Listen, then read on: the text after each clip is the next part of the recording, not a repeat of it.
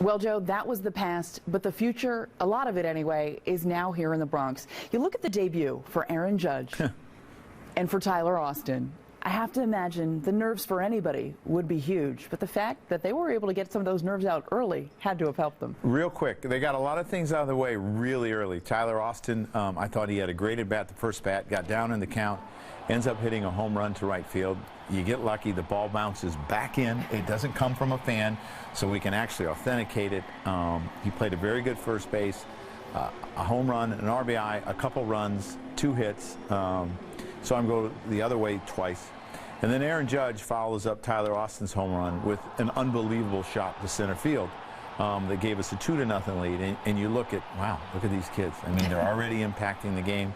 Aaron Judge has another hit, has a fine running catch where he has to go backwards, one where he has to go forward. So these kids made an impact right away. And the other thing that you saw was, in a sense, the impact in the dugout, the excitement for these kids that we've been talking about for a long time, and seeing them come up and really do damage was fun to see.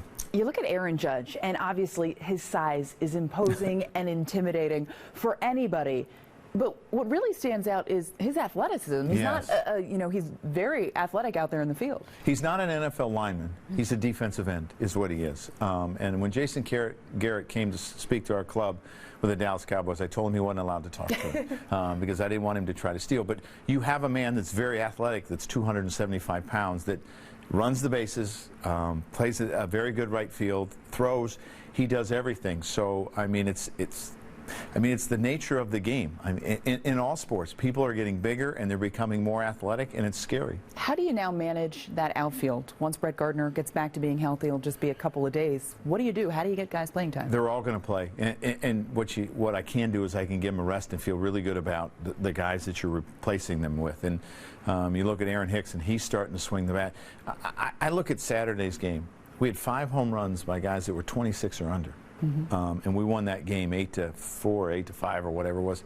That's pretty exciting. Where do you see him getting the most playing time? First base. I think that's, and he can play the outfield too if you need to give someone a day off. Okay, and then this will be the challenging question of that. Can you see a scenario where Bird and Austin would be on the same roster? Oh, I definitely think you can do that, because I think you can, against lefties, you can do certain things. You can either put him at first, you can put him in the outfield, you can DH him. There's a lot of different things you can do. If you have athletic people that have powerful bats, we'll find places.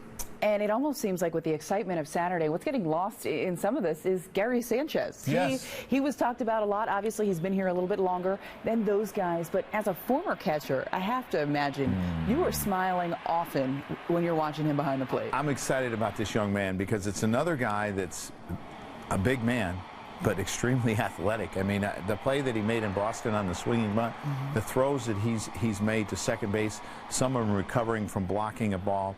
I mean, he changed the complexion of the game back there. It's hard to run on him. So, and he's got power too. I joked with him, and I said to him, I said, "What took you so long to hit a home run? It took you like 20 at bats. These kids are doing it in the first game," and we laughed. So he's an exciting player too. You talk about the arm that he has displayed, the fact that he has thrown out a bunch of runners so far. Do you think if you're a young guy coming in this league, you like the fact that people are testing you and you're succeeding in those situations, that you're proving to the league that you can make that play? I love it, because that testing will stop, and the word will get around very quickly that this kid can really throw. And you better be careful if you're trying to take an extra base. And anything new on Eovaldi? No, not yet. Hopefully we'll have some news soon.